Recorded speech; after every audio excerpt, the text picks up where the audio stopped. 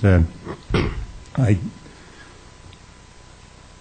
don't want to put words in your mouth, but I think you're saying, isn't it going to take a lot longer to really see if we're accomplishing anything here? I don't want anybody to get thinking that I'm not in favor of MPAs, because I think they're a good idea.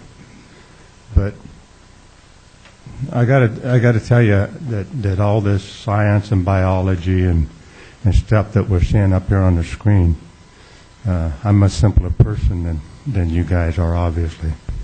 I went goose hunting in Canada a few years back and had the privilege of hunting with a biologist that worked for Ducks Unlimited.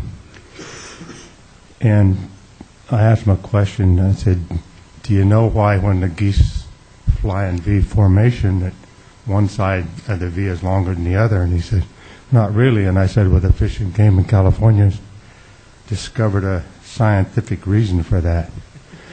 And he says, God, I'd like to hear that. And I said, well, it's pretty simple. There's more geese on the long side.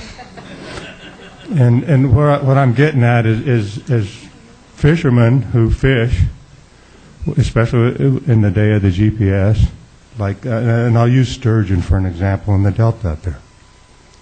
They find their favorite fishing spots after years of fishing, and they mark them with the GPS because they know there's always going to be fish there.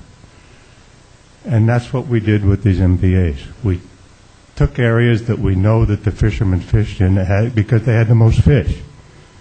And it's not biology or science to me. How come that graph says that there's more fish in the reserves than there is outside of the reserves? It's pretty simple.